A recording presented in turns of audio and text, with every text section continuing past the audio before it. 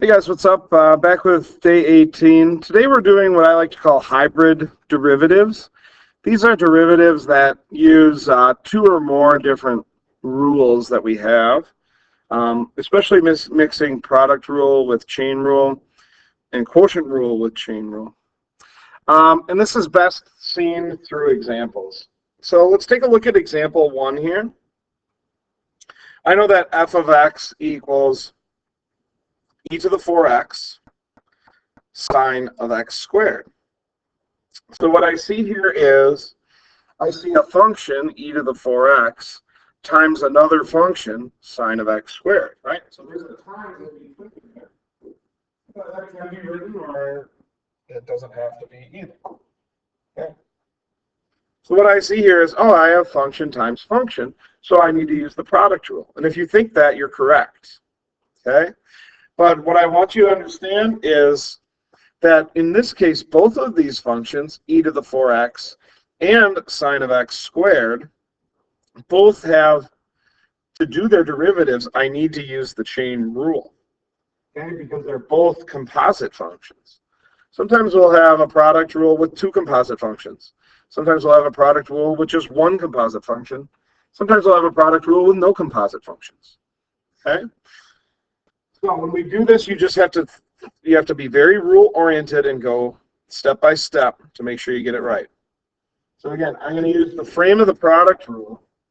But whenever I have to do a derivative, if that derivative requires a chain rule, then I'm going to execute the chain rule while I do that. Okay? And that's how this is going to work. So let's take a look here. Again, my first function is e to the 4x. My second function is sine of x squared. So when I do f prime of x here, I never actually wrote the question. The question is find f prime of x. Okay. So here's where we need to be very careful and do this piece by piece. I'm going to start with the derivative. The product rule says I do the derivative of the first times the second. Right? So this is, again, this is my first function. This is my second. So, how are you going to do the derivative of the first? Well, the derivative of this first function requires a chain rule to do it, because I have a function 4x within another function e to the x. So I start with the derivative of the first, which is e to the 4x times 4.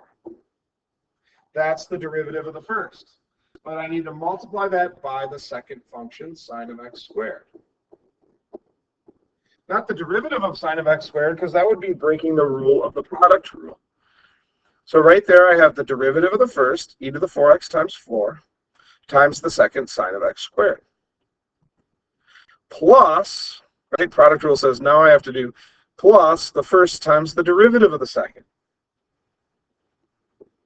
So plus the first, well, the first function, I'm not doing the derivative, I'm just writing the first function of e to the 4x. And I'm going to multiply that by the derivative of the second. And when I do the derivative of the second here, I have to execute the chain rule, because I have a function x squared within a function, composed within a function sine x. So when I do the derivative of the second here, I have to do the derivative of the outside with respect to the inside. But I have to chain on my derivative of the inside, which is 2x. Cleaning this whole thing up, I might write this as f prime of x equals, I'm going to call this 4 sine of x squared e to the 4x, plus, I'm going to call this 2x cosine of x squared e to the 4x. So there's my correct derivative. I use the product rule, but on both times that I did a derivative within that product rule, I had to include a chain rule because I had a composition of functions. Let's take a look at example 2 here. In example 2, I want to find the prime of x. Now, when I look at this, I see a function divided by another function here. I see cosine of 5x divided by x cubed. So that tells me I need to use the quotient rule. Okay, so I have to do the derivative of the top times the bottom minus the top times the derivative of the bottom over the bottom function squared. That's what the quotient rule says. I have to follow that. But I also noticed that my numerator here, that cosine of 5x, when I'm asked to do the derivative of cosine of 5x, I have to execute the chain rule there. Okay, but I'm using the chain rule when it comes up, but the framework for this problem is the quotient rule. So to solve g prime of x, here's what I'm going to do. I have to start with the derivative of the top. Well, to do the derivative of the top, I have to use a chain rule. So the derivative of cosine 5x is negative sine of 5x, but I can't forget about multiplying by the derivative of the inside, which is 5. So that right there is the derivative of the top. The quotient rule says I do the derivative of the top times the bottom. Okay.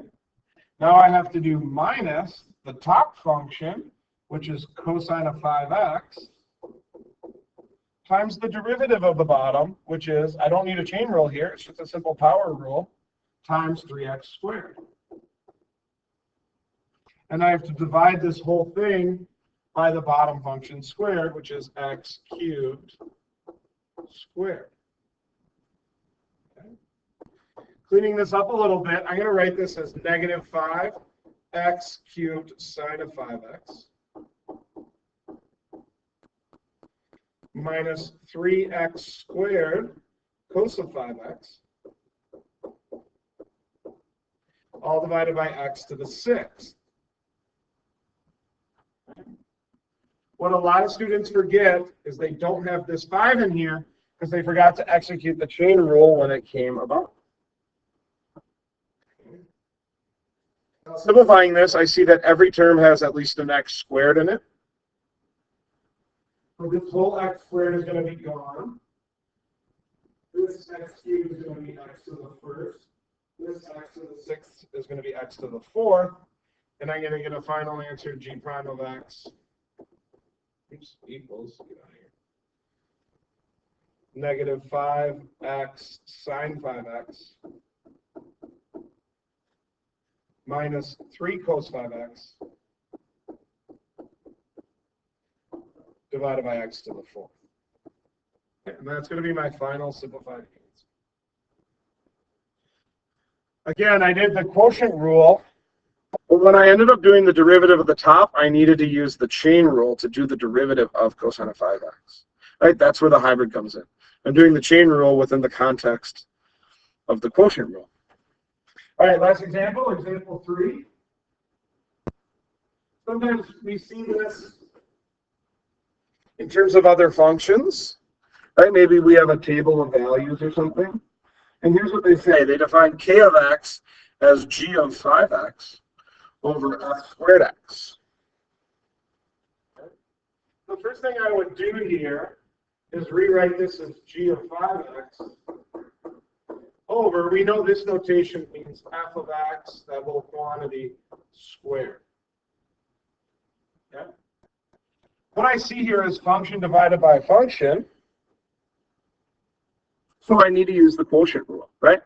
But both of these cases are going to require a chain rule because g of 5x's derivative is going to be a chain rule because I see a function 5x within a function g. The bottom is also going to be a chain rule because I see a function f of x within a function x squared. So when I find k prime of x here, I'm going to use the framework of the quotient rule. And when I need to do a derivative, in both cases, my derivatives, I'm going to have to use a chain rule. I'm going to just execute that as it comes along. So k prime of x. Again, this is something that can separate you to go from a 3 to a 4 or a 4 to a 5. So I start with the quotient rule that says derivative of the top. Well, the derivative of g of 5x, right? 5x is my inside, g is my outside. So I'm going to do the derivative of the outside with respect to the inside times the derivative of the inside.